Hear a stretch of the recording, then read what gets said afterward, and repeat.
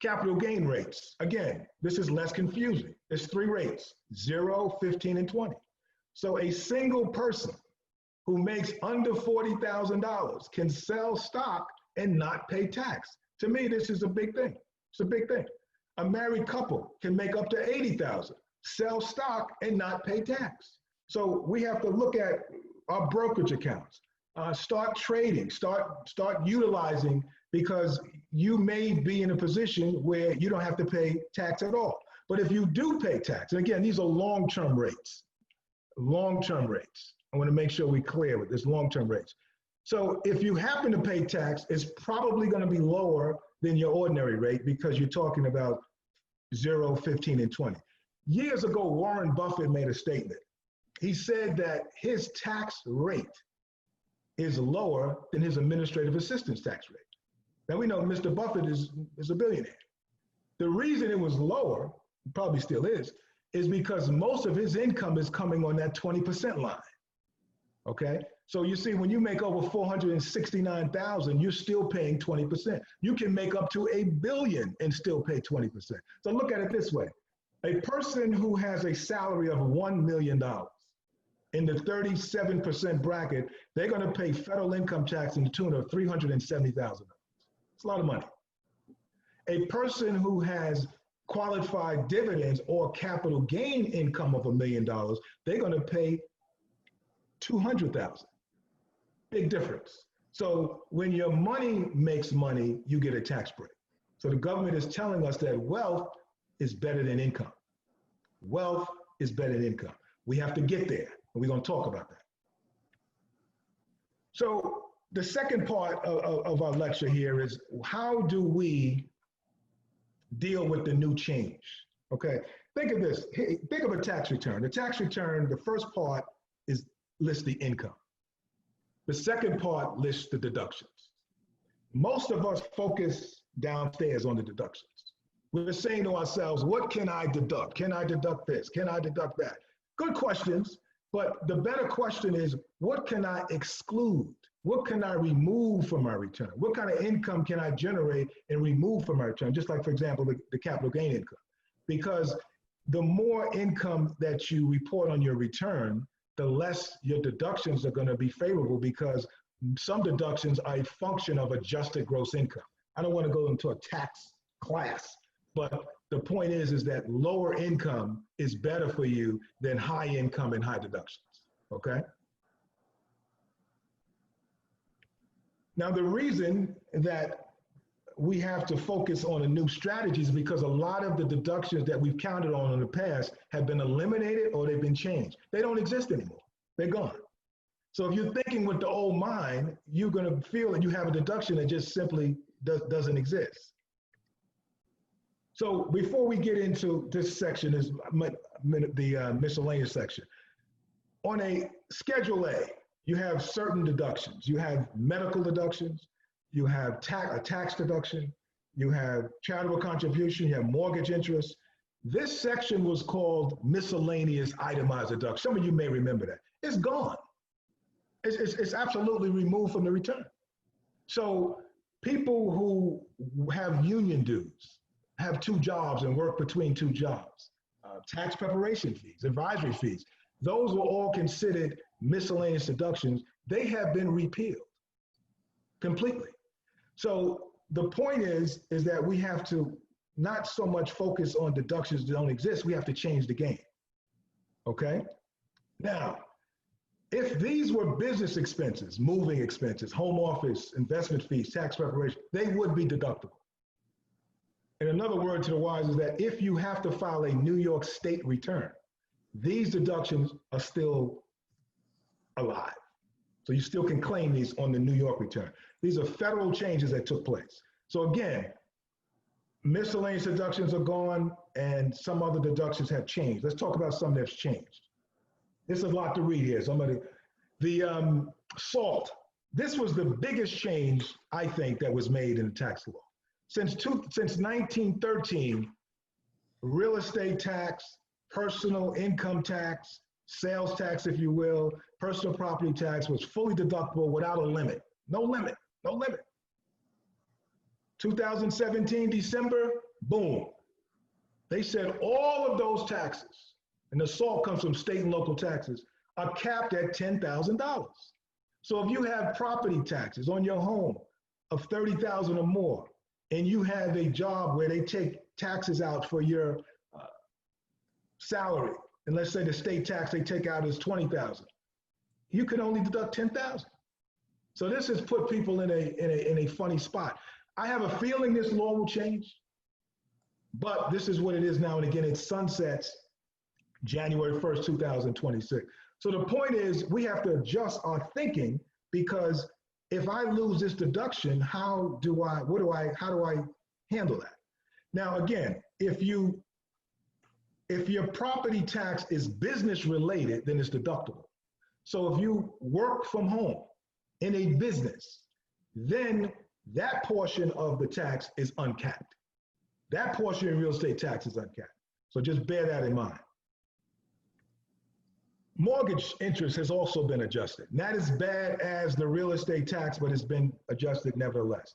The old law, if your mortgage financed amount is over $1 million, you cannot claim the interest over $1 million. That's the old law.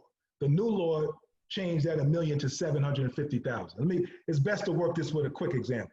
Let's say you find the home of your dreams. That home costs $1.2 million. And you put down a down payment of $300,000. Therefore, you finance $900,000. That $900,000 mortgage was fully deductible in the old law, because it's under the cap of $1 million. Okay. New law, the $900,000 is over the limit of $750,000. Okay, so therefore we have to do a calculation. The net of is that 83% of your mortgage would be deductible. All right, so once your mortgage balance exceeds, and then we talk about the average balance for the year, $750,000, your mortgage expense is going to be reduced. Okay, it's going to be reduced. Again, this is on personal property, your home. If it's a business, there's no such limitation. There are other limitations, but there's no limitation on the mortgage. So bear that in mind. Again, if you go over the limit, but you work from home in a business, there's room for you to still get some of that deduction. So just bear that in mind. So the point is that the real estate tax, the mortgage interest has changed the game, because most people, that's what we deduct. Okay. Now, the next area is a deduction that actually got better: charitable donations. This is a deduction that has stayed in place, and in fact, it's improved. And it recently improved actually in March, because now, and this is just a tidbit to take away, you can claim a deduction for charitable donations even if you don't itemize. Most of you know you have to itemize in order to claim a charitable deduction. Now, you can claim a charitable deduction. This came out of the CARES Act, even if you don't itemize. So again, at the end of the year, you're ready to give money to the fund. Our time has come. Even if you don't itemize, because of the other rules that have changed, you still can make a contribution and take a deduction. That's brand new. That's brand new out of the CARES Act. Most people are not aware of that. I just want to make sure you guys are on top of that. So let's talk about this change. So cash contributions to public charities are now deductible up to 60%. Let's put that in English, because I know that doesn't make sense to a lot of people. What we're saying here is that you can donate up to 60% of your income and still have a qualified deduction. It used to be 50. So if a person made $100,000 and they donated $60,000 to a charity, old law, all of that contribution would not be deductible because you went over the 50% level. So in the old law, if you make $100,000, you may deduct $50,000. Okay. Now the law says you can increase that to 60. So in other words, you can give away 60% of your annual income and still have a qualified deduction. This law reminds me, you guys remember Joe Louis, the great heavyweight fighter, Joe Louis. Joe Louis had a tax problem because of this rule. When Joe Louis was drafted, or he enlisted into the Army, he was doing exhibition bouts during World War II. So being a great American, Joe's a great guy. He donated his salary to the government, but he went over the limit. So he took a deduction that wasn't allowed. And as a result, Joe Louis had a major tax problem. So this law always reminds me of Joe Louis because, again, you cannot give away all of your income. You can give up to 60%, all right? But let's go a little deeper in terms of the contributions. When you want to give a gift, the main point is that you want that gift to go to the charity. That's the reason that you're doing it. However, there are tax benefits, as we know, of giving things away. So we want to talk about how to do it in the most tax efficient manner. How do we do that in the most tax efficient manner? This first option, I have an example, but it's called, when you have highly appreciated securities, should you sell the security, get the proceeds, and then write a check to the charity, or should you donate the security directly to the charity? So you have two options. We're going to go over an example, and they're very different. There's very different result. The charity still gets the benefit, so the charity's fine, but you may have missed out on a tax savings if you don't do it the right way. We're going to have an example to make sure we're clear on that. A donor advised fund. A donor advised fund is basically an account that you control, that you can take a deduction for when you fund it, even if you didn't give the charity the money. So for example, you plan to give money to your favorite charity, but you have some stipulations that maybe haven't been met yet, but you want a tax deduction. So you set up a donor advised fund, write a check to that fund. It's managed by your financial people, sort of in your control, kind of in your control, because your financial guys are managing that. When you write that check to that fund, that's a tax deduction, even though you haven't given the money to the charity. Okay, so this is a way for you to bunch a deduction, because you may write a check for $50,000 or any amount that you feel, and then you can take a deduction for $50,000, even though the organization haven't received those funds yet. That's something you want to talk about. We can talk about that a little later.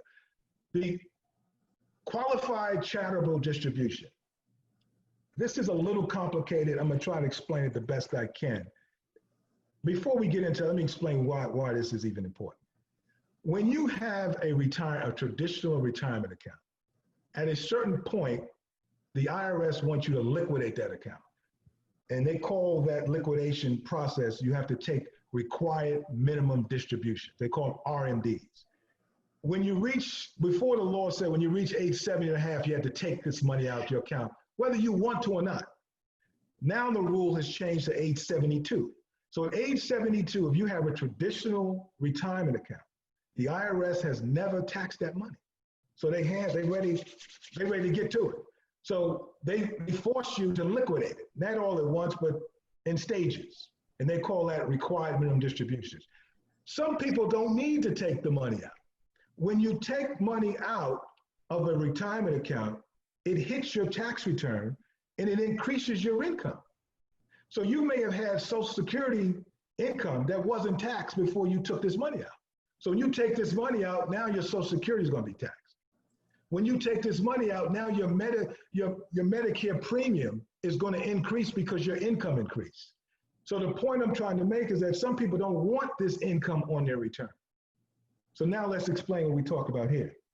When you have a qualified charitable distribution, you can, since you have to take the money out, you can divert the money to the charity and not receive the income, okay? Thereby, your Social Security wouldn't be taxed, and the other bad effects of having higher income, maybe your medical expenses won't be deductible because the higher your adjusted gross income, expenses go down. The higher your adjusted gross income, your premiums for Medicare are gonna go up. So we don't want the income. If you don't need the income, divert it to the charity and you don't have to pick up the income and you satisfy the RMD. Because if you don't take the RMD, there's a 50% penalty. If you fail to take the required minimum distribution, the amount that you should have taken out, the IRS will hit you with a 50% penalty.